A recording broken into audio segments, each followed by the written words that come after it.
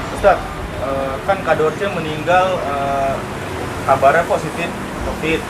Nah, bagaimana sih pandangan Ustadz mengenai proses penanganan jenazahnya, pemakamannya, Ustadz?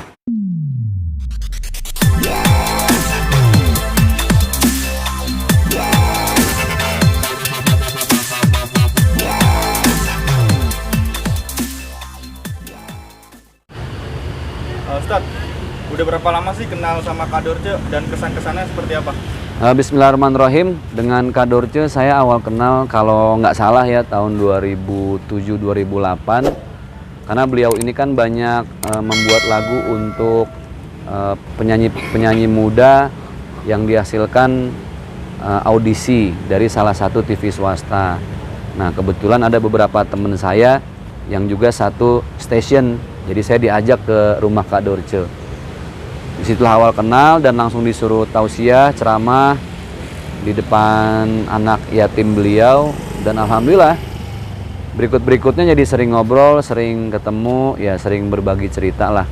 Bahkan sering juga bantu-bantuin kalau Kak Dorce ini beliau lagi ada acara maulid, Isra Mi'raj, ya acara-acara keagamaan lah. Dan kesan saya beliau ini sosok yang alhamdulillah banyak belajar kebaikan, karena kebaikan itu ya harus kita pelajari dari siapapun ya. Ada kalimat hikmah yang menurut saya sangat baik, unzur maqala wala tangzur man qala. Kalau ke orang lain itu kita jangan lihat siapa yang mengatakan, tapi lihat apa yang dikatakannya. Jadi ya keseharian beliau bisa jadi pelajaran buat saya. Diantaranya adalah jangan fokus pada kejelekan orang, tapi banyak-banyaklah kita fokus pada kebaikan orang walaupun hanya sedikit saja. Oh iya Ustadz kan waktu Kak Dorce sakit itu Ustadz sempat jenguk ya? Iya. Ada pesan dan wasiat apa sih dari Kak Dorce? Baik, bismillahirrahmanirrahim. Jadi kebetulan yang menginformasikan beliau masuk rumah sakit itu ya salah seorang sahabat beliau yang juga sahabat saya, udah kenal lama banget, Kak Heti Sunjaya, saya manggilnya Teh Heti. Ya sering diajak ceramah juga kemana-mana. Beliau ngabarin, Ustadz, lo kemari dong, Kak Dorce lagi sakit nih gitu. Saya bilang, ya Teh, saya mau ke Sulawesi. Tapi alhamdulillah paginya berangkat Sulawesi, malamnya saya sempetin. Cuman kondisi Kak Dorce, beliau saat itu belum bisa merespon apa-apa ya, mungkin lagi drop banget. Tapi tetap saya doain bareng sama sahabat dan keluarga-keluarga saat itu di salah satu rumah sakit di Bekasi. Mudah-mudahan beliau cepat sehat, pulih kembali, dan bisa beraktivitas lagi, bisa lagi melayani anak-anak yatim beliau. Kalau wasiat, karena nggak sempat ngobrol ya nggak sempat ada wasiat ya.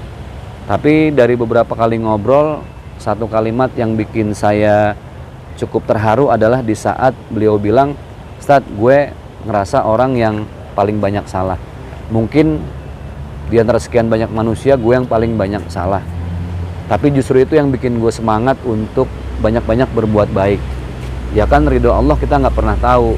Ya mana tahu dengan gue baik sama anak yatim, sama orang-orang, baik dengan siapapun, ya gue bisa dapet ridhonya Allah gitu. Ini satu sikap, satu pernyataan dari Kak Dorce yang menurut saya cukup legowo ya beliau. Beliau merasa bahwa bukan siapa-siapa, banyak salah di mata Allah, sehingga beliau itu jadi penyemangat beliau untuk banyak berbuat kebaikan kepada siapapun, dimanapun dan kapanpun. Dorce meninggal, Ting. Ustadz, kan Kak Dorce meninggal, kabarnya positif COVID. Nah, bagaimana sih pandangan Ustadz mengenai proses penanganan jenazahnya, pemakamannya, Ustadz? Baik, bismillahirrahmanirrahim.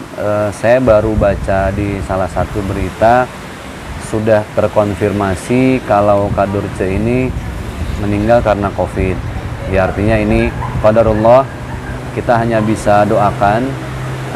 Kullu nafsin dha'iqatul maut. Yang pertama, setiap yang bernafas pasti akan menghadapi kematian. Yang kedua, sebagaimana yang baginda Rasulullah sabdakan, wa qala nabi kafa bil mauti wa idha. Kematian orang lain itu cukuplah jadi nasihat untuk kita semua. Nah artinya kita hanya bisa mendoakan, mengambil hikmah dari apa yang terjadi wafatnya beliau ini, bahwa ternyata tidak ada yang abadi, tidak ada yang selamanya. karir beliau ini kan di tahun 80-90-an termasuk artis yang sangat terkenal ya, masuk jajaran artis senior lah gitu, termasuk yang dihormati juga oleh artis-artis baru. Nah itu semua tidak ada yang abadi, ini pelajaran buat kita. Nah, kalaupun beliau meninggal karena COVID, tentunya sepenuhnya tanggung jawab pihak rumah sakit atau satgas COVID yang menangani, atau pihak siapapun, pihak apapun dan siapapun yang berhak menangani beliau karena meninggal karena COVID. Yang berikutnya, untuk masalah proses pemakaman beliau, saya rasa sudah banyak diberikan pandangan oleh para kiai, oleh para ulama, oleh para ustadz, dan ini pertanda bahwa beliau banyak diperhatikan oleh masyarakat, oleh para kiai, oleh sahabat, teman-teman, oleh para junior dan lain sebagainya. Ini pertanda bahwa beliau orang baik, itu aja. Ya mudah-mudahan kalaupun diurus secara COVID tetap sesuai dengan fitrah asalnya, yaitu diproses sesuai dengan fitrah beliau sebagai seorang laki-laki.